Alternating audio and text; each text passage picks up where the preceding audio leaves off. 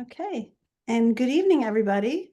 My name is Jess Yurwitz. I'm the owner, and I want to make sure I'm looking at the right. Hang on, I'm going to pin myself for a second. There I go. Now I'm looking at the right dot. So when this records, my eyes will be facing the correct direction. My name is Jess Yurwitz. I'm the owner of Slow River Studio, and Slow River is located in Boston, Massachusetts, and we provide art instruction for adult beginners. And then we also invite workshop artists who provide workshops for more advanced artists to visit Soul River Studio from around the country. And Sarah Sedwick is one of the artists that's visiting us in June. And so we are going to spend the evening tonight learning a bit about Sarah's style and also about how she conducts workshops. And she's doing a workshop for us the first week of June. So she'll tell us about that and also a bit about her art practice and also her, sorry, I got distracted by the ding dong. I can turn that off, if you Oh, want me that's to. good. That'd be great. So she's going to tell us a little bit about her style and also about how she conducts a workshop. And I hope that you will be ready to ask her questions after she shows us some photographs. And I think that's it. Sarah's an artist from Oregon, and she has been my friend for, I don't know, about 3 years now, maybe 4 even.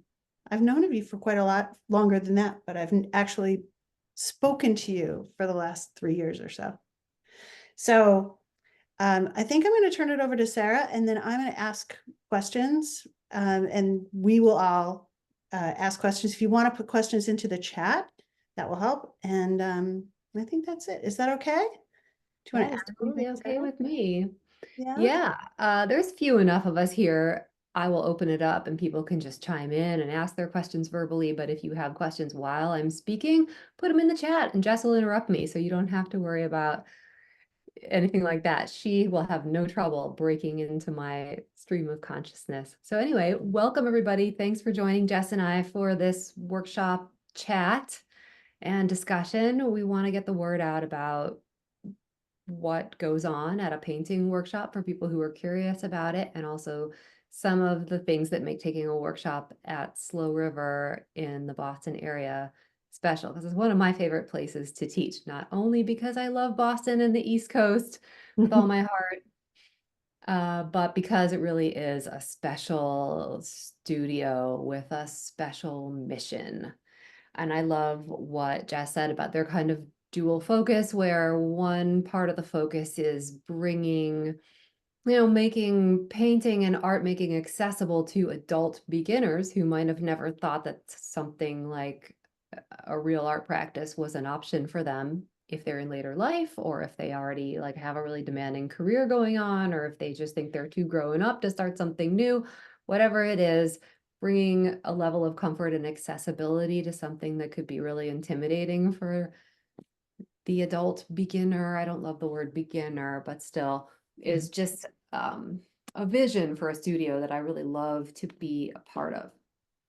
My workshops I teach all over the country in all different kinds of workshops. And I'll show you some photos from different studios that I've taught in, smaller spaces, bigger spaces. I've even taught in private homes before, to really small, intimate groups. And I've been teaching these kinds of workshops for over 10 years now. So really, I've had some wild and wacky experiences. But one thing that I really love is having painters of all levels together in all my workshops.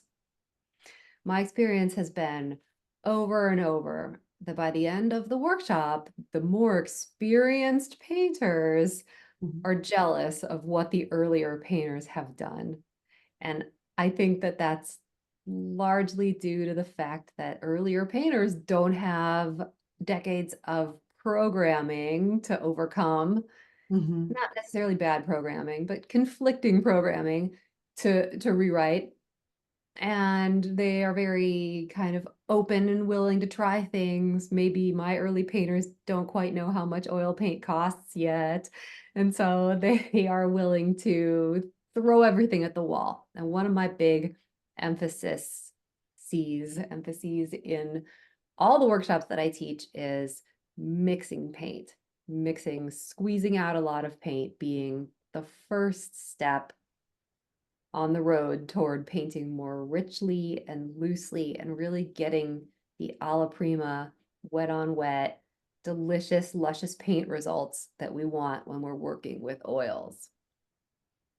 Sarah, can So you explain what alla prima means for those yeah, alla who are not prima. familiar with that term? Alla prima is an Italian phrase. It means something like all at once. Mhm. And it it means in English, we tend to call it direct painting or wet on wet, which is my favorite Americanization of that term. And it pretty much means that a painting is begun and finished in one session. Now, you can still make like a really big painting and have it be alla prima. Maybe it's not finished in one session, but you work on it over consecutive days while the paint's still wet. So you are still working wet into wet. Mhm. But in my workshops, the emphasis is on making a lot of starts. So many of my students have some painting experience to the point where they pretty much know how to overwork a painting and Yeah. suck the life out of it. We come in knowing that, but most of us don't know how to stop ourselves sooner to keep the freshness and energy that we had when we first started in the work. Mhm. And so the focus of most of my workshops is on making a lot of starts and then stopping ourselves maybe before we beat them into submission. I So remember once I asked you that question was, when do you know when it's finished? And you're like, if you're asking the question, it was finished 10 minutes ago. right. It's a feeling that you get. And one way that I know when a painting is finished is just by slowing down a little bit as I start feeling like I'm reaching the finish line. And Mhm. then every stroke kind of gets a step back and think. But generally, I like to paint from the general to the specific, meaning big, broad brush strokes and shapes to small details at the end. And I also like to start painting a little faster than I finish. So as I reach the end, not only am I maybe focusing more on the details and less on the big shapes, but I'm also painting a little more slowly and watching and listening internally for that knowledge of when it's done. Cueing into our artistic intuition is a big thing, and I'm constantly trying to hack myself and my process to get at it a little bit more and helping Mhm. people access that, how to make choices that are in line with your own artistic fingerprint. That's all part of my workshops and what we talk about, even though most of my workshops are still life-based, unless I'm teaching portrait. Mhm. I am focusing on composition, color mixing, color schemes, color choices, and all these things are little micro decisions that we make along the way toward a finished painting. And yeah, there's so much there Mhm. to get I into. remember you saying once too that not only did your process slow down as you get toward the end, but your brushes get smaller too. Is that true for you? Do you think that you start using the smaller, like do your brushes go from like a 10 to an 8 to a 6? Is it that, is that part of it? Not usually, but that's one way to do it. Like if you're trying to get yourself to work from big shapes to small details, that's definitely a way to do it. I tend to not change brushes during a painting unless I really don't like the stroke I'm getting. Mhm. So for me personally, I'll use the same brush on an entire painting. I just might start out using that brush in a little more of a broad and aggressive manner, and then Mhm. switch to a lighter touch and possibly using the corner of that flat brush instead of just smashing it into the canvas. But the way we load the brush up with paint, and then the way that we take the paint to the canvas, connect with the canvas and unload it really has a big impact on the look of the finished brushstroke and how rich and just luscious that stroke and that look of that painting is going to be. And I think Mhm. some of my workshop photos, you'll see me actually holding a student's hand. So the student has the brush and I've got the arm, and I'm saying, no, this is how hard I'm touching the canvas. Feel how hard I'm actually touching the canvas. If my brushstroke looks more rich and creamy than yours, maybe there's a reason for that, and maybe it's mechanical. Mm-hmm. So we look at all those kinds of things. Mm-hmm. Okay, great. I want to talk a little about the workshops that I'm teaching, because I am actually scheduled to teach 2 back-to-back workshops at your studio, your lovely studio in Topsfield there, about 40 minutes outside of Boston. Mhm. First week of June. So we have 2 back-to-back 3-day workshops. And the first one's called Dynamic Still Life. They're both still life painting workshops, and they are both good for artists of all levels. All my workshops are for artists of all levels. Mhm. At almost every workshop will have someone in there with decades of painting experience and someone who has never opened a tube of oil paint before. Mhm. And I allow acrylic painters to also join in my workshops, Mhm. especially if they are familiar with like open acrylics that stay wet a little longer, or different techniques that acrylic painters use to keep their paint wet a little longer. It works better. But I'm totally open to acrylic painters joining the fun as well, because I think that a lot of the alla prima techniques, and certainly the still life setup and composition ideas that we go over, applies across the board. So first workshop I'm teaching is Dynamic Still Life. And this is literally the workshop that I wrote the book on, Mhm. because I have a book out called Dynamic Still Life for Artists. And in that one, we delve into composition a little more than in some others, but we also do exercises to help us loosen up our brushwork, and a lot of pre-mixing of paint. And generally the kinds of subjects that we work from are more organic, but I love to throw some fabric, colored papers, bowls, plates, silverware into the mix. And then the other workshop, the second workshop that I'm teaching, which is, I believe, June 7th, 8th, and 9th, so that's the Mhm. weekend of that week, is, I believe we're calling it Painting Shiny and Reflective Objects, but it's the same still life and composition based focus for the workshop. We're just going to have a slight more emphasis on how to really transmit and communicate the illusions of the texture of glass and metal in our work, because Mhm. these are 2 of my favorite textures to paint. And I think that, like, think about paintings of Christmas ornaments, which is a subject I love to do, or the silver cream pictures that you see in a lot of my paintings and all the beautiful reflections in there. Like, that's a really fun thing to tackle and a fun aspect of your painting. But still, in that workshop, there's going to be a ton of fruit and color and organic shapes, Mhm. drawing friendly shapes. And so it's going to be a mix. It's the 2 workshops will both be fairly similar, but the metal and glass workshop will have a lot more talk about specific problems, like how do we mix colors for metal Mhm. when we're working with silver, and it's like it's kind of a no color. Where do you start when you're mixing paint to capture those kinds of things? And we'll also talk a lot in both glass and metal texture about reflections versus highlights. That's a real simple concept. And I won't get into it too much now, but I will say that the first teacher I ever had that taught me to draw glass, it was drawing back then. I was about 10. She was my first art teacher, and she said to me, Sarah, drawing glass is really just like drawing anything else. It's just values, shapes, and colors. That's it. And it sounds like rocket science, but I can simplify that even more. Painting glass, it's really just you're painting whatever you see through the glass, Mhm. plus the distortions that are caused by the glass. If it's colored glass, it's a color distortion. If it's clear glass, we've still got distortion. And there are lots of simple little hacks that we can use to create the illusion of those textures for the viewer. Two textures that I think a lot of painters struggle with a lot. but are also really interested in painting because they're super fun. Mhm. It's a wonderful challenge.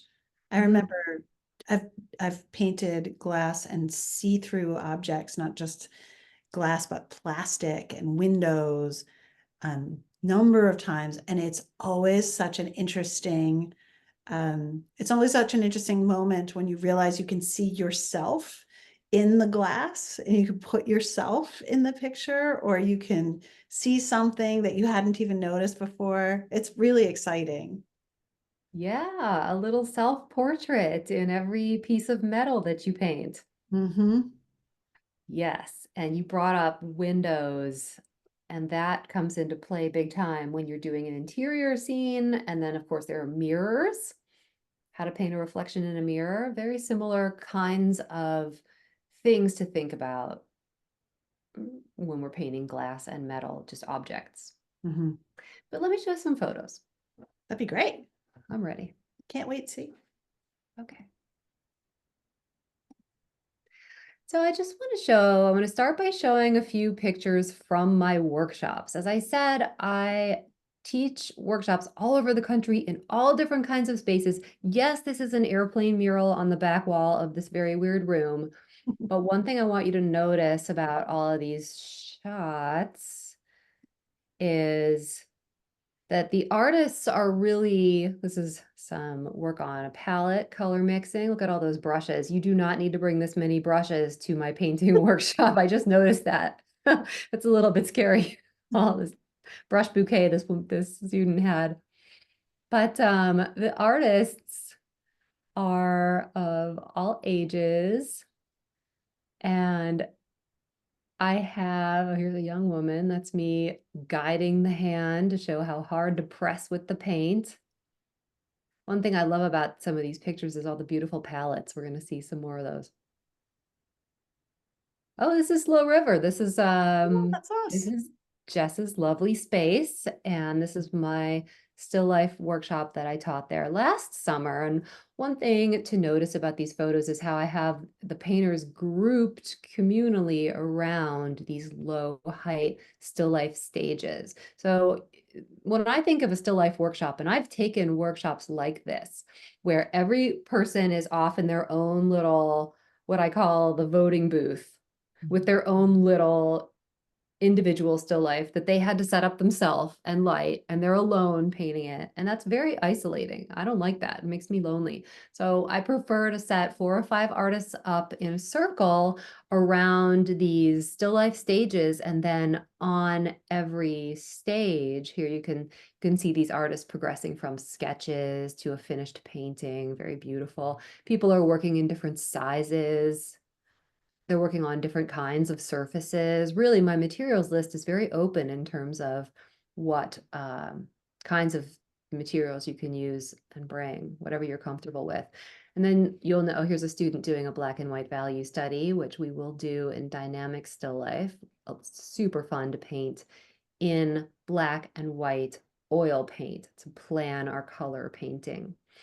And you can see on the table there's 3 different options. So the 4 or 5 painters that are standing around this stage don't have to paint the thing that's closest to them by default. They're expected to make a choice from the scenarios on the table based on what is really calling their name, what's singing to their artistic soul today. Here's some student work from some of my recent workshops. The student paintings. And I will come around and help out with a brushstroke. Mostly I help with color mixing. I don't spend a ton of time painting on people's paintings, but I'll put a few strokes down here and there. Mostly, I will come around and help people mix paint on their palettes and then do a stroke or two and say, okay, now this is like the paint you would put here and there. But these are all student paintings, and most of which I didn't really touch them much. You can see some lovely metal texture here and the gorgeous reflections of the green and this napkin. I love bringing these color elements into the still lifes that I set up with different fabrics and papers, which I'm sure you've already noticed. It's kind of a thing with me. Let's look at some more student work. So these are student paintings from my workshops, probably worked on, brush on the canvas 3 hours or so, 3 to 4 hours. But most cases, here's some nice blue glass student painting. But in most cases, we've done preliminary sketches and possibly even a value study and plenty of color mixing. So the paintings are planned out, so they just don't take that long by the time the color actually hits the canvas. And most of these student works are about 10 by 10, 9 by 12, so they're not huge pieces. That's a particularly lovely one. Love that little tag coming in and out of the shadow. And in all my workshops, we do group critiques where mostly I talk. They're very positive. I know the word critique has a lot of baggage attached. They should be more, maybe I need a softer, kinder, gentler word for the analysis of the paintings as a group that we do in my workshops regularly.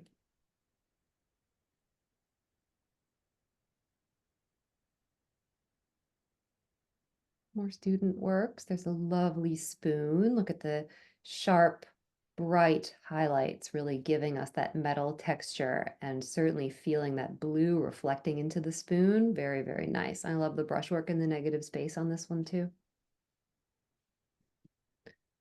Oh, here's a little video of just a lineup during one of our end of day roundups. Sound there. And you can see two artists, there's some metal, nice reflections.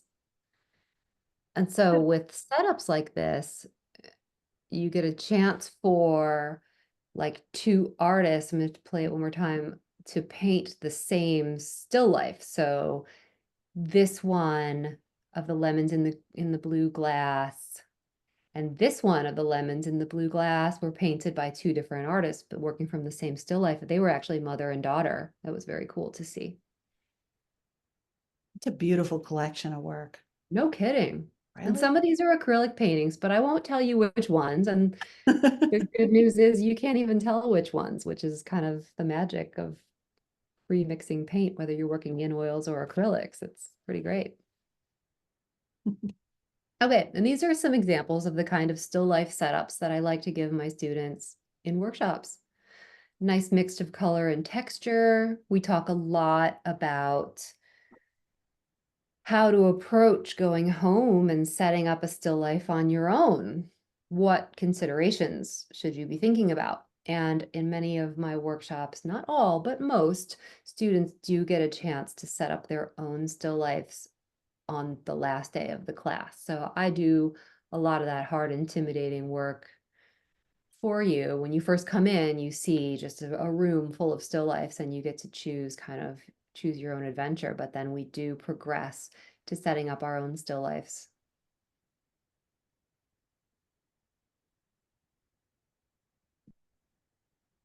That's a fun one, huh?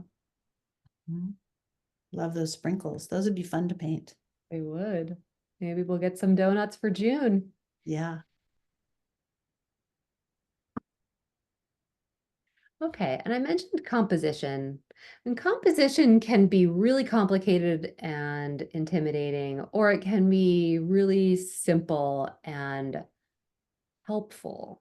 And preliminary sketches are big for me. Like, I really think that as visual learners and processors, we painters make decisions a lot more intuitively and effectively when we have something that was created by our own hand to make comparisons and make those decisions. So if I have 3 thumbnail sketches based on the same still life, which you can see down here in my tomatoes, and I've got one that's square and one that's a vertical rectangle, this one got a little played with, and one that's a horizontal rectangle, then I can compare these two visually and say, okay, well, my heart is with the square today, maybe, or maybe not. And so thinking about how Many students come into my workshops and they've heard the term thumbnail sketch before, but they don't really know what it is. Or if they've seen it done, they don't understand how they can use it to help their own process. And I really enjoy breaking this down with students. And it doesn't take all day. It's just a couple hours in the morning talking about this kind of thing. Here's an all metal still life using a viewfinder to frame it, thinking about how to go from that beautiful still life on the table to the canvas. And then we go through, and this is all my workshops, we go through my alla prima painting technique, which is I break down into 3 steps. And the first step is the underpainting. So this is an underpainting. And then we do some color mixing while the underpainting is setting up. And then wet on wet, we go right in and pop the color on. Sarah, there are a couple of questions in the chat that I think might be good for you to answer now. One is there a specific aspect of color mixing that your students seem to consistently struggle with? Yeah. Making enough paint. Oh, absolutely. I say that on the first day of class. I say 4 times as much as you think you need. That's how much you really need. Yes, and the first step to success there is squeezing out enough paint up front. Beyond the mixing of paint, it's the shadows. How to mix color for shadows is the question I get over and over again. And it's one reason that I love to use these kind of high chroma, really fun color combinations with a lot of bright, pretty color combinations, but also a pretty strong light source on the still life so that we do have a lot of cast shadows to deal with, because cast shadows contribute to the big, strong, dark shape, value shapes in a composition and can create real drama and wall presence. But it also gives us an opportunity to think about, okay, how do I mix a cast shadow on blue versus a cast shadow on this beige color and have that shadow feel like it's crossing the line? How do I mix a cast shadow on blue, and have it feel like a shadow, like still feel blue, but feel neutral or grayed down enough that it feels like a shadow? So we talk about that a lot in my workshops. And here's an example of a pre-mixed palette that might be used for a still life like this.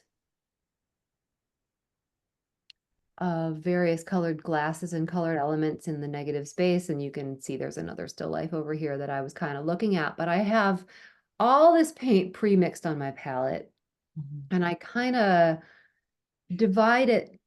So a lot of artists will mix in what they call color strings, and I like to pre-mix in what I call color clouds or clumps. I don't like the word clumps quite so much, color clouds. And so I'll mix all the colors for, say, my negative space and maybe my light metal here. So, and maybe all my green glass will be here and my blue glass will be mixed, as long as the mixtures for each individual object are kept together on the palette, it's much easier to go from that pre-mixing stage to the color application stage, remembering what you mix that for. Question? Another question? Yeah. I think I'm certain I know the answer to this one. Do the students use a photo to draw from, or are they drawing from life? In other words, are you using cameras as a compositional tool? That's a very good question. So the camera can do this job. Where's that slide? Give it back to me. It can.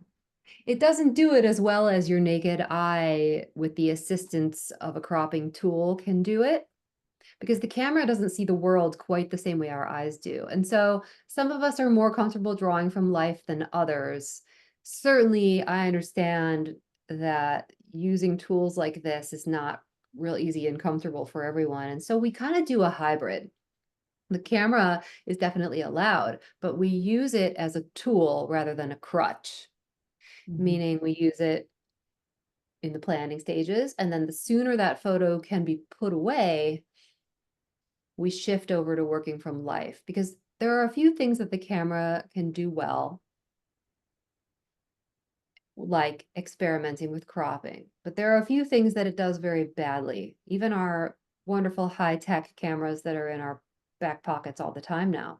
And those things that the camera does badly are color information, and edges. So let's say we really want to have a loose painterly painting, which means that we want lost edges or soft edges at least, which create a lot of depth. Look here where I've got two objects overlapping and I feel like I've got a color and value shape that's the same. I don't have a line here, or here where the object melts into its cast shadow, I don't have a line here. That's a lost edge. The camera is very, very bad at doing that. And the other thing that it likes to do, I know the camera's okay at doing that here where we're very far away and things are getting kind of blurry, but I think you know what I mean. The other thing that the camera really likes to do is make reflections extremely explicit. Whereas we want to have them be much more like a mini abstract painting within a painting. And so using the naked eye and squinting at the subject helps us get there a lot. And really, I don't think that until you've practiced working from life, you even begin to realize how poor the color information in a photograph really is. So yes, we use the photograph as a tool in my workshops, but we don't paint from photos. Mhm. We don't have to. We have beautiful, fresh, gorgeous, colorful still lifes right in front of us, close to us that we can work from. Sarah, I think this photograph of this painting in particular is a really good example of loose realism. Can you define loose realism for everyone and Sure. explain maybe using this painting, what loose realism is and isn't? Well, loose realism is what I started calling my style after I kept getting asked what my style was called so much that I realized I should just come up with something. Mhm. It's so there's no dictionary definition, but it is what I call my style. And what I mean by that is it's paintings that are characterized by expressive brushwork, generally bright color, a contemporary looking kind of dynamic composition as opposed to a more static, maybe lower key, darker values, kind of what we think of as the traditional still life. But really, the loose realism aspect of it speaks to the brushstrokes, the application of the paint, the edges, the level of finish that everything is brought to. So I love to think about my paintings in terms of star players and supporting characters. And in loose realism, my goal is to give my most time, attention, and care to my star players, because where I put my most attention and detail and work is where the viewer is going to put their most time and attention and work. So learning how to keep my supporting characters supportive has meant that I've done a lot of work over the years on how to loosen up and say more with less. Mhm. Okay, so loose realism is a style that's characterized by definitely wanting to create a sense of form. The illusion of three-dimensional form on a two-dimensional surface is important, so we're still representational here. But we take a lot of liberties. We allow for that mini abstract painting within a painting. We look for opportunities to have lost edges in our work, while still, and especially as you back up more and more. So it's like Impressionism in that way. The painting seems to come together, blend in the eye, and get a little more realistic as we get away from it. I love the lost edge at the top of that picture. Thank you. It's Yeah. beautiful. I think getting comfortable being uncomfortable is part of loose realism too, because stopping before we're sure that we've fixed everything, or Mhm. you know, giving things a chance to be done is a big part of it. So if I was to work on this little picture, until I was 100% sure it was finished and perfect before moving on to the bowl, I'd have a lot of problems. For one thing, I would probably have overworked the picture. So my goal in painting is always to move on to another part of the painting before I'm sure I'm finished with the part that I'm currently working on, giving it a chance to be done. And it also is really helpful because if you work and work and work and finish one area, then you start to get really anxious and precious about what's going to happen on the rest of the canvas. Because it's like, oh, I have this perfect little metal picture here. I really, the stakes get higher and higher. And I want my painting to be as low stakes as possible right up until the very end. So we call it bringing the painting up together a lot of times, right? When you're not completing any one area, but instead working a little bit all over the canvas to get that effect of maybe not everything is finished quite as much as everything else. It's such All a right. leap of faith to paint that picture with so much reflected color in it. It's like you have to convince yourself that what you're seeing is actually true. Hmm. You know, it's And I'm beautiful. pushing it. I'm not going to lie. So back to the photo, you can see even in the photo, although your brain doesn't want you to see it, but if I point it out, you'll see it, that the reflection of the ground here in the picture is a lot darker and certainly grayer, less saturated than the ground itself. And back here, similarly. And that's one of the tools that we use to create the illusion of a reflection in metal is we make the reflection darker and grayer than the thing that it's a reflection of. I'm pretty close here. I'm walking on the line of being too saturated to feel like a reflection anymore, but it certainly pops. And then back here, when you squint at this color spot versus this color spot, you can see that there's a lot of neutralizing going on. It's not that it's so much darker, but it's way more neutral than this spot right here. So these are just some tricks. Okay. Are there any more questions No, about not these right now, slides? but I'm sure everybody will have lots of questions as we keep rolling. Okay. And so we do a lot of color mixing as a group. Like there's time baked into the workshop. I don't just throw you out there and say, okay, like go paint and you're expected to pre-mix. It's like, all right, everyone, we are going to pre-mix paint for the next 20 minutes. And I demonstrate the paint mixing and then I'll say, okay, well, let's all go back to our palettes and mix for the next 20 minutes and then we'll move on to the next thing. And everyone kind of internally rolls their eyes. I feel it because mix paint for 20 minutes, really? But over and over in every workshop, the 20 minutes goes by, no one even notices. And generally, I will have students mix for 30 or 35 minutes before anybody even notices that the time has passed. It's a very meditative and relaxing thing to engage in, color mixing from life. It's just lots of fun. And when you're pre-mixing paint with a palette knife, you are actively studying color theory. You're watching what happens when those pigments combine, and you are learning about color theory by doing. And I just love it. I can't say enough for pre-mixing. So now I'm going to move on to showing a few examples of demos of mine from workshops. So I demonstrate everything that the students do. What I have up on my easel here is a 20-minute painting. And we do different, that's one of the exercises that we do in my workshops to help us loosen up is set a timer. And I love to, that's one of my favorite limitations to put on myself, to force myself to stop sooner is timing my paintings.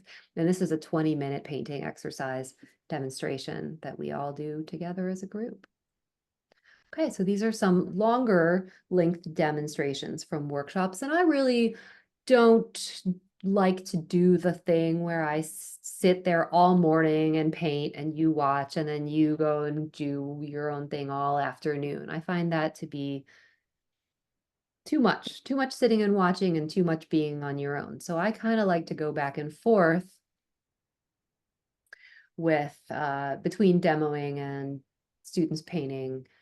And so my demos, I don't spend a terrible long time on them, maybe an hour, maybe 45 minutes, or maybe I do a little work on them. I certainly maybe will do the underpainting and then have students go away. This is another 20-ish minute warm-up painting. And so we trade off. We go back and forth between demoing and painting and watching some little more demo and then painting.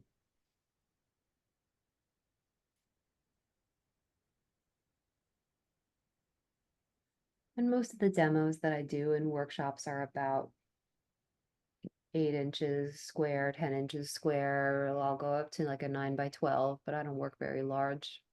I encourage students to work at whatever size they're comfortable with.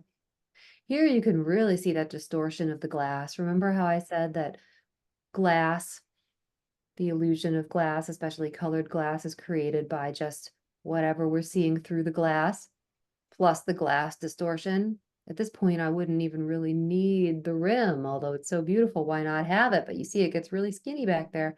All I need is these two value shapes coming together, and it's like, oh yeah, that's the ground, and that's the ground seen through a blue glass bowl. And talk about a mini abstract painting within a painting. Look at this down here. Wonderful opportunity where glass faces the ground to have that going on.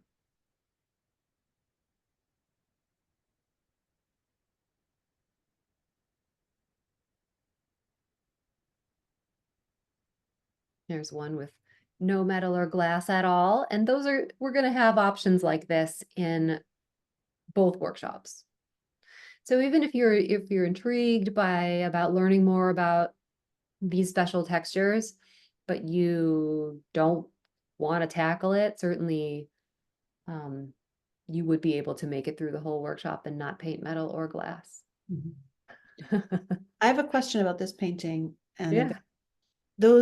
the cobalt blue edges to those shadows. Can you explain that just a little bit? Yeah. So I can't explain it in a scientific way. I wish I could, but I've sort of forgotten the words for it. But there is a technical phenomenon where there's a little like penumbra around a shadow. And a technique that a lot of artists like to use is where light and shadow meet on the form, they'll pump up the chroma a little bit. And I've never really understood how to make that work on form, but it really works for me on the edges of cast shadows. So I'm trying to have a soft edge where my cast shadows meet the light, because that really is one of the things that speaks cast shadow versus solid object to the viewer, is soft edges.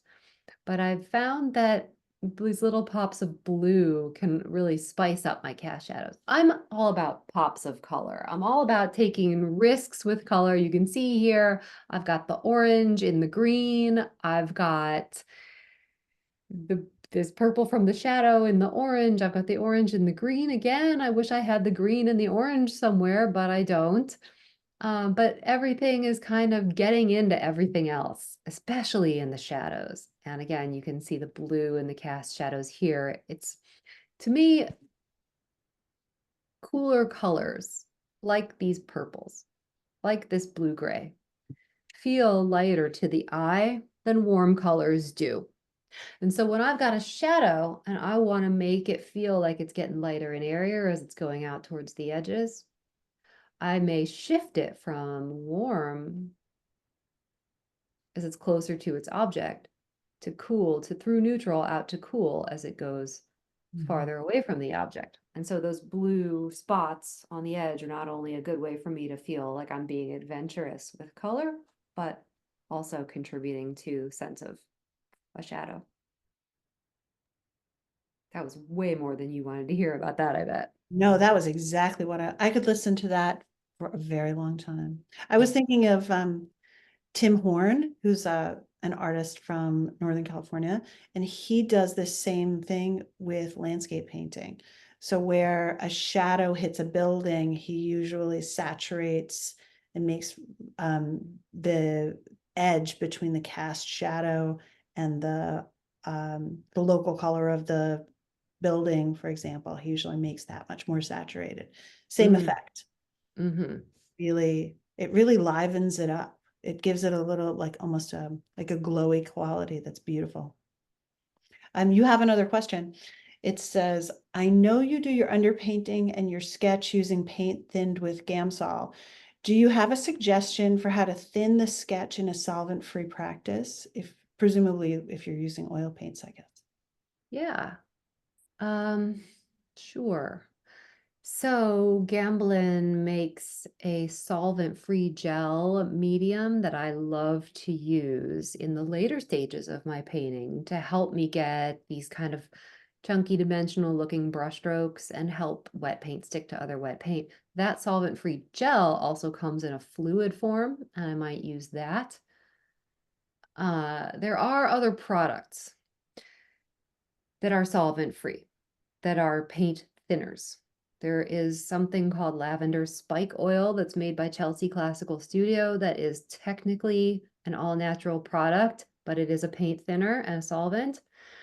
But I caution you against that a little bit because it's very smelly. It doesn't smell like lavender. Not really. Spike oil is like lavender on steroids. So I wouldn't necessarily say, okay, like I want a solvent-free studio. I'm going to run out and try this stuff because it's natural, because it has a very strong odor. There's some other stuff that I've recently been looking at called The Green by Sennelier. They've got some mediums and some thinners that are not solvent-based, which are interesting. I haven't personally tried them, so I can't really endorse it, but I can at least tell you about it. And then there are also some citrus-based solvents. I think there's even one called Citra Solve that you could try. Again, that might have an odor that you might not like. Like the thing about Gamsol is, yes, it's a solvent, but it is almost odorless. And so we like it in workshops where groups of people are painting together. Mhm. What other thoughts do I have? You know, you can do an under drawing. You can do an under painting in acrylic, wait for it to dry, and then paint oils over it with using oil or solvent-free gel as a medium to thin the paint, and you'd never have to go anywhere near Gamsol. Mhm. The idea of using Gamsol in the underpainting is we want thin paint in the underpainting. We want to be putting thick paint over thin paint, so we're using paint thinner to thin the paint for the first layer. We can also use that paint thinner to clean our brushes as we're working, but we don't have to. We can use other product. So you could do an acrylic underpainting. Mhm. I watched someone at a workshop recently use um, a solvent that they had created themselves, and it was like 1 part Dawn dish detergent and 2 parts water, which seems kooky, but it actually worked to clean the brushes very, very well. I'd have no idea whether it would work for this application, but the person was committed to a solvent-free practice and was using that to clean her brushes in between. It took a little Okay. while, but They weren't water mixable oils. no, it wasn't. They were oils. That Yeah. would make me very nervous. Mhm. But I don't know. I'm not saying it didn't work. You saw it with your own eyes. Here's another one. Oh, we have I've another never heard of that. question. Somebody asked whether you ever work in gouache because it's easier, more transportable, presumably. Nope, No, I do. I That's my don't. transportable oil paint, is gouache. I think gouache is a beautiful medium. It makes beautiful. Uh, I admire many gouache artists, but I don't paint with it. No, I really am a one-trick pony. I draw and I oil paint. That's it. Okay. Well, I think that is the end of my slideshow. That is pretty anyway. I do want to invite all of you, if you're interested in seeing more of my work, to check out my website, sarahsedwick.com.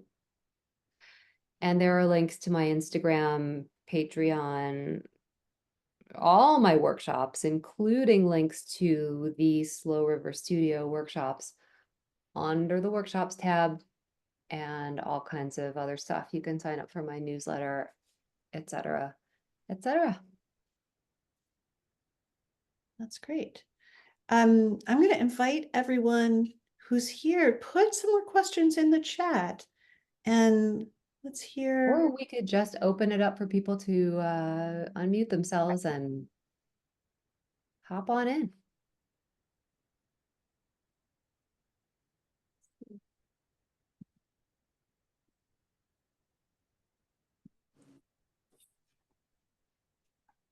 See if anybody would like to unmute.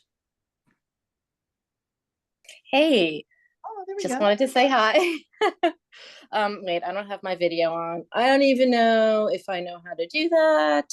But anyway, this is Emily, and I'm in Chapel Hill, North Carolina. I teach some painting classes out of my garage to teenagers, and I got to tell you, your little tomato painting that you posted on Instagram a few days ago was what we did tonight. Like, that was what I showed, where we're doing like a little a la prima tomato 10-minute studies, and that's the first thing I showed them. I was like, I got the perfect thing to show you, like, this is what we're going for.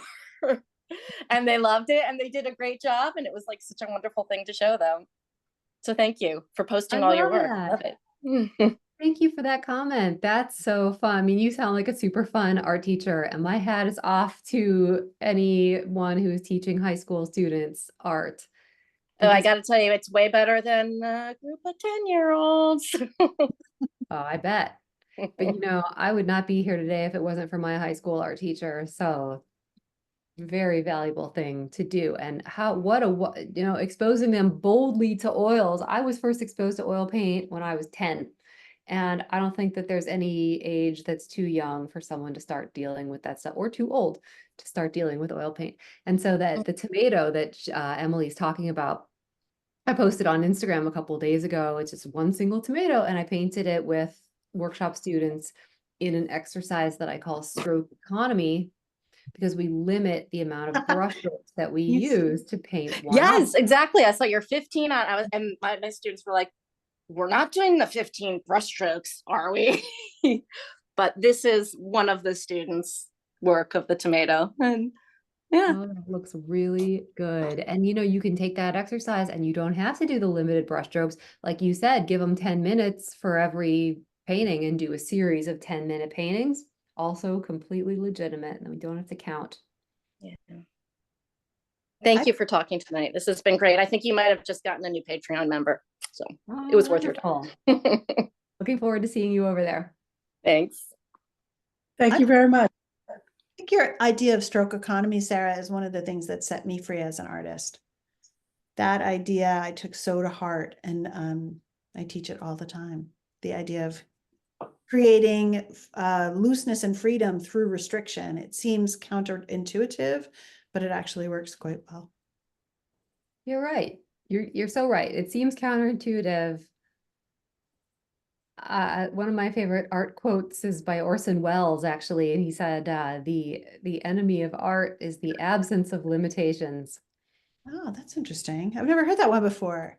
Yeah, I don't know if Orson Welles was a painter, but he was a cool guy. And, you know, one thing I'm trying to encourage students to do is think of the paintbrush not as a magic wand, but as a tool. It's like a little dump truck, and it just moves paint from the palette to the canvas. So load it up. And when we do a limited brushstroke painting, that brushstroke starts when the brush hits the canvas, and it ends when the brush comes up.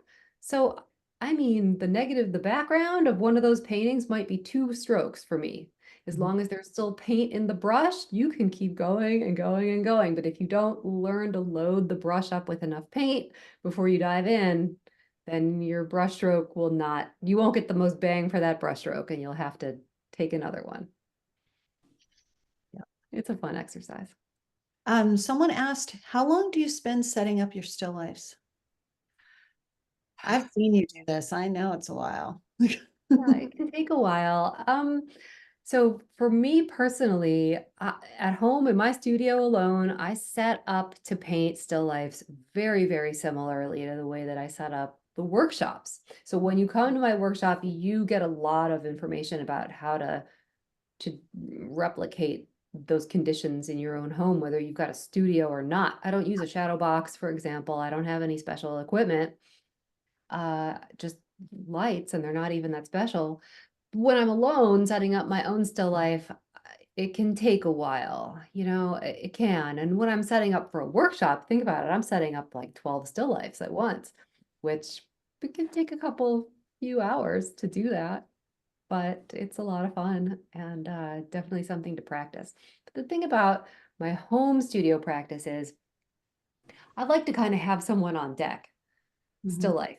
So maybe I'll set up one still life and then maybe I'll have a few things marinating together off to the side. It's the one reason that I'm speaking to you from my computer office right now, because the painting space is a little bit trashed right now. There's some framing going on. There's some still life. There's a lot of still life objects all over the place. And I just let things hang out together. And sooner or later, you can kind of tell who wants to be in a painting together. Another way to simplify still life setup is to kind of let them evolve. So let's say you set up some apples on a dish and paint it and it's great. And then you want to paint again tomorrow or in a couple days, maybe you cut the apple, you keep the dish, you keep the composition kind of similar, or maybe you change the light source to the other side of the table. Now you've got a whole different value pattern in the negative space, and cutting things up also really helps to change it. So letting one thing lead to another is a great way to simplify still life setup. What surface do I usually paint on? I'm a big canvas person. Like, I don't paint on linen and I don't paint on smooth panel. Like, I don't paint on wood panel and I don't paint on linen. The surfaces are too smooth for me, and having a little bit more tooth under my brush helps me stay loose. So I like cotton canvas and I like Arches oil paper as my two main surfaces. And I paint on both stretched canvases, like with a wood box and the canvas. And I also paint on panels, which is like 1/8 inch masonite with canvas adhered. My favorite brand is Raymar. Do 90% of my paintings and workshop demonstrations on Raymar art panels, cotton canvas panels, and that's the product number is 23 SC for smooth cotton. They make an MC also, which is medium cotton. I like the smoother cotton, still pretty toothy, from Raymar. And it makes a big difference. It's a good question, finding there's no right or wrong thing to paint on, except like that junky piece of cardboard from your garage that you just pulled out from the back of the storage shelves and decided to slap some gesso on. That's not really recommended. But someone asked, how do you choose the color for your underpainting? Do you always another paint great the same question. color, or Yes, do you?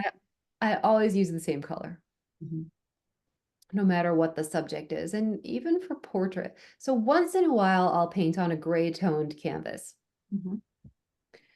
That's kind of fun to change it up, but almost always I use that same sepia toned. See, there's my quote to remind myself who said it.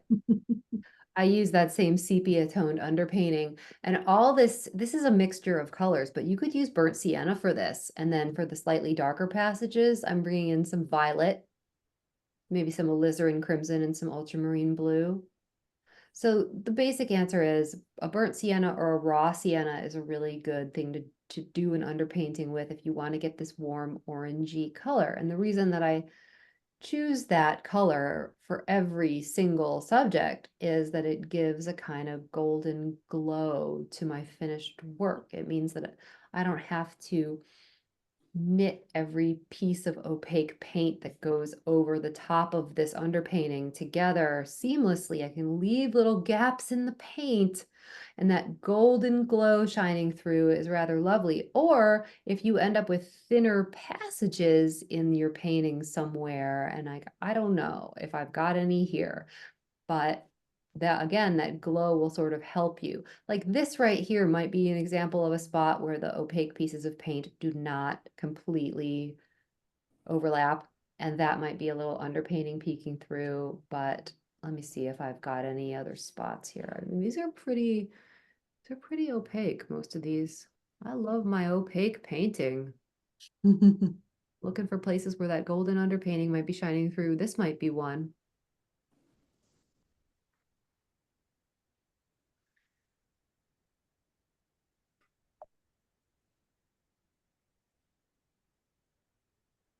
Not so much.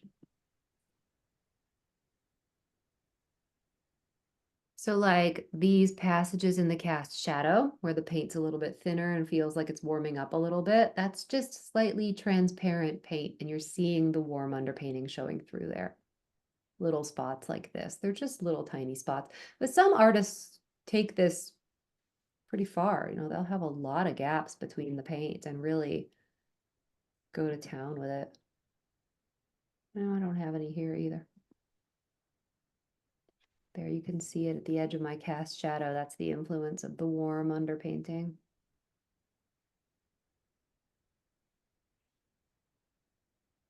And possibly here in the cast shadow too. A little bit of warmth there. Someone asked, how do you achieve the transparent over the wet paint? Can you explain that, how you're layering paint and maintaining transparency? That's kind of it's like a magic trick in and of itself. I suppose so. So I don't leave a ton of transparent passages in my paintings. I tend to have like areas of thinner paint and then areas of really thick paint where you can feel it popping off the canvas almost. It's maybe not as quite as thick as it looks, but so the thing about these underpaintings is because they're so thinned out with Gamsol, they really have a chance to set up. They don't dry, but they really can set up before we start putting the color over the top of them. And even if you just take 20 minutes and mix paint in between doing the underpainting and starting to apply color to it, this will get settled in enough to that gesso coating on the canvas that you can put color on top of it with no problem. And the addition, what we do is we start adding mediums to the paint once we start adding color on top of the underpainting, which helps the paint stick and sit on the surface and does not mix into this. This paint is very thin. And so it's wanting to sink in and adhere to the gesso surface much more than it's wanting to mix into your overpainting. It's not a problem. Someone asked a question about framing, and I know you use floater frames often for your paintings, but they're curious about how do you frame paper paintings? How do you do that?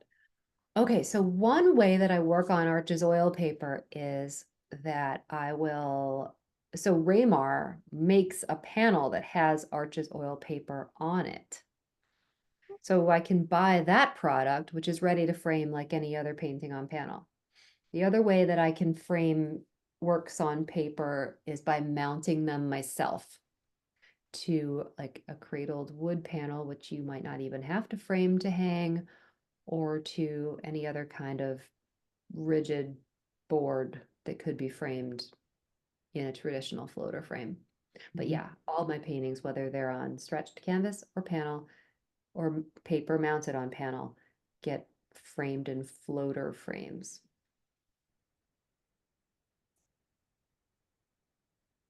I think floater frames really, they match your contemporary style in a beautiful way. Thank you. And they also make the most of small paintings. So if you're painting an 8 by 8 inch painting, you don't want to give up that 1/8 inch around the edges to a traditional frame. So floater frames all the way. All right. Would anybody else like to ask a question? We're just a little over 7 o'clock and happy to entertain a few more if anyone has any. And you also can feel free to unmute yourself and just jump in and ask a question too. Or if you just want to say hi. I'm really excited to see some of my students in this. You can see a few students, including Frank. Hi, Frank. Yeah, and Hi, Jess, I unmuted myself. I'm here too. It's Marge McLaughlin. Oh, hi, Marge. Do you have a question for Sarah, or do you just want to say hi to me? I wanted to say hi to both of you. I wanted to thank both of you, and I typed my question in earlier. My question was about how long to set up the still lifes. When I've done it myself, it just takes forever, and I was curious. Well, there's nothing wrong with you. That is perfectly normal, expected. Setting up still lifes is the hardest part of being a still life painter, hands down, because the world is our oyster. When you're a still life painter, anything can be a subject of your painting. We were So, talking about that in our class yesterday, the class that Marge is in. We were talking about what are the benefits of still life painting. And that was one of the things that we decided on. there are a lot of benefits to still life painting. Yeah, what are your favorite reasons? Why are you a still life painter rather than a landscape painter most of the time? Well, I used to do a lot of portrait and figure painting. And then as I started doing more teaching, like in the mid 20 teens, um, I was teaching a lot of portrait back then too. I've taught portrait at your studio. We had a blast last summer. I loved to do it. But as my teaching went up, I started realizing that still life was the perfect vehicle for me to teach the things that I wanted to teach people, which are the fundamentals of art making that we can take to any genre and almost any medium and have success when we want to be realistic representational painters. Still life is the easiest teaching vehicle. And I have a very strong belief that working from life is the best way to improve. It raises all boats. It's the best way to get better at working from photographs. It's the best way to get better, more confidence in working in all different genres, working from life. And still life is the most accessible. It's the cheapest, most accessible year-round way to practice painting and drawing from life. So there's that. But I just love it. Like, everyone should paint what really rings their bell. And I have to say, there's something about especially texture and color combinations that I cannot get in any other genre that keeps me coming back to still life. I love portrait and figure, but I don't know, like, you got to really dress up a model to get the kind of color combinations that I can get just going into my kitchen. And then the textures on top of that, it's just so satisfying to me. I don't know. Yeah. So that's the short answer. Still life all the way. Okay, I have a follow-up because we had a debate in that class about whether or not a bowl of moving goldfish was a still life. Like Matisse's goldfish, that's exactly what we were looking at. And there was a little bit of a debate. As opposed to what? A portrait? Yeah, A exactly. Or a landscape. portrait? Is that Or a dead pheasant. dead fish? Or is it No, dead pheasant is what we said. dead pheasant? Yes. In the old traditional still lifes, you would have oranges and dead game and so forth. Yes. So- And don't the French call a still life a nature morte? Yeah. Dead Oh. nature? Anyway, is a bowl of goldfish a still life? This is the most interesting question of the night. I say, well, I'm going to take a guess. If I'm thinking of the painting you're thinking of, it's probably an interior. Because he probably had the room around that bowl of goldfish. And I love interior paintings. I would love to teach a workshop on interior painting someday. Maybe it'll happen. I don't know. But what I love about that is it's the perfect hybrid of plein air landscape and still life. And even if you look at like Sargent's larger portraits, a lot of times there'll be a little still life in that painting, just as part of the interior. So yeah, no, I think that the goldfish can be a still life. Absolutely. We had Debbie Mueller, who's a friend of yours and a friend of mine, at our studio the other night. And she was showing us a beautiful combination of stuff that she's been doing, like still life paintings where there's a book open to a famous painting. Yes. And it's open. So it's a still life and a portrait and a master copy. Ah, yes, there it is. I Wow. happen to have one right here to show you. This is not my work. This is my student and friend, Debbie Mueller, who's part of your Slow River community also. Mhm. Her most recent work, and she's done a whole series of these with art books and then still life elements. Mhm.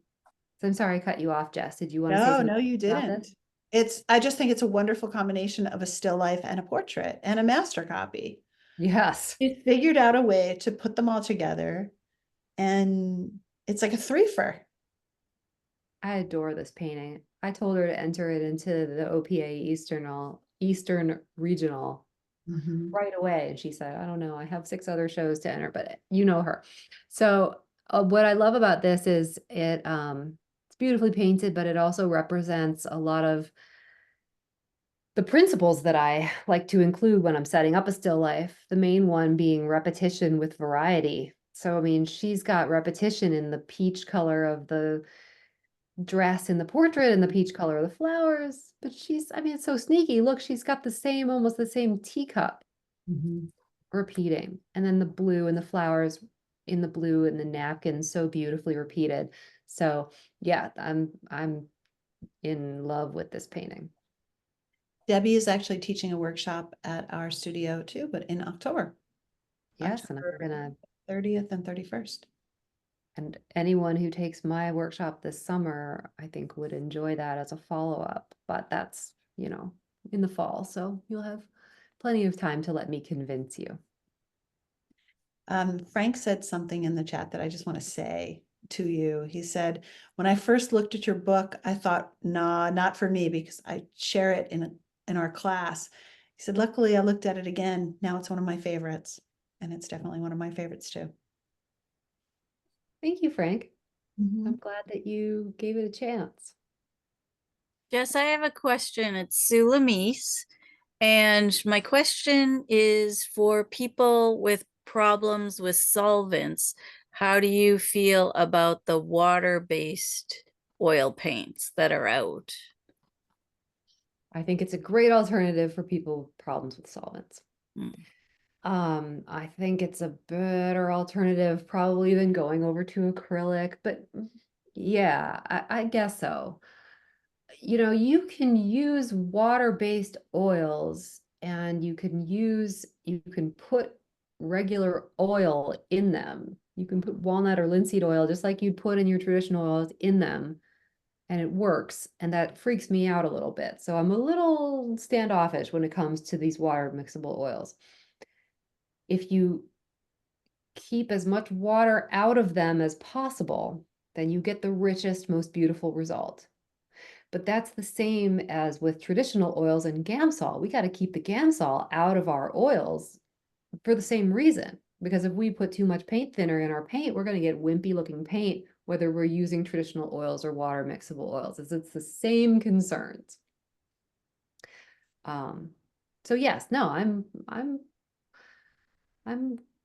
happy that they exist and are out there for people with sensitivities. But I'll repeat, like, you can use traditional oils without using Gamsol. You can use nothing and just a little oil and clean your brushes with soap and water using traditional oils. 100%. I've seen them work. Yeah, we use them all. We use acrylics with retardant in them. We use water mixable oils. We use oil paint, regular oil paint, get a big variety. I think it's about really finding the medium that you're most comfortable with and then really learning to use it well, because each one has its own sort of tricks and, little idiosyncrasies. Yeah. It's true. We got to find the thing that works for us. So nothing is good or bad. It's what fits our style and goals. Mhm. That applies to what kind of paint, what kind of brushes, what kind of surface you use, and even what genre you're going to paint in. I'll tell you guys something I'm not even sure, I wasn't sure if I even wanted to start admitting this publicly because I don't know if I want word to get out. But in my last workshop, I just wrapped up last week in Scottsdale, at Scottsdale Artist School, I had my first watercolorist in the group. I've been teaching for over 10 years, workshops. The first time anyone's ever brought watercolor to my class. Now, she asked ahead of time, mind you, at least. But so I knew it was coming, but that was quite something. And she had a blast. She had a blast. You know, it's certainly the same techniques don't apply as far as the pre-mixing of paint. It doesn't work in quite the same way. The opacity, transparency thing is way off the charts. It's completely different. And I don't have very much, I haven't made a watercolor painting in probably 25 years, maybe longer. Technically, I can't troubleshoot. But she was fine with that. She said, I came here to learn the fundamental lessons of painting that apply to all mediums and genres that you are presenting through still life. And I know that you'll be presenting those because I read your book. And I said, fantastic. I'm glad you're here. I think that's a testament to your ability to teach lots of different people, not just beginners, but more advanced students, not just oil painters, but even watercolorists. That's I don't know, that's a pretty exciting range. I'm not saying that I'm going to be opening up my workshops to watercolorists publicly. We'll just keep this between you and like the 20 of us that are here. Uh-huh. But no, I think it warmed my heart that she had such a good time in the workshop, even though she wasn't doing what everybody else was doing. That's great. I know Holly's going to be in your workshop, and she's an accomplished acrylic painter, and she's going to be helping out as far as that goes. I am conscious of the fact that it's 20 after 7 and that we're coming to the end of our conversation. And Sarah, I just want to say thank you. It's always such a tremendous joy to see you. And I'm really, really looking forward to seeing you the first week of June in person. I'd encourage anybody who's on this call or listening to it, even on the recording, to join us in June. When Sarah comes, it's always really so much fun, and not just fun with laughter and joy and colorful still lifes, but it's also that feeling of accomplishment, that thrill of, wow, I didn't know I could do that. And with Sarah's help, I actually was able to. So that's a pretty fantastic thing. I would really encourage all of you to experience it. So I just want to say thank you to you. And thank you to everybody else who joined us this evening. Do you want to say anything, last words, Sarah? Nope, just reiterate the thanks. It was a lot. It's always great to talk to you and to talk to the beautiful community of artists, both in the Boston area and all over the globe that we connect with through the socials. So stay tuned. Come paint with me. If you can't make it this year, this will not be the last time that I teach at Slow River. I promise that very much. And Sure. I'll see you guys soon. All right. Thank you very much. Good night, everybody. Good night. Good night.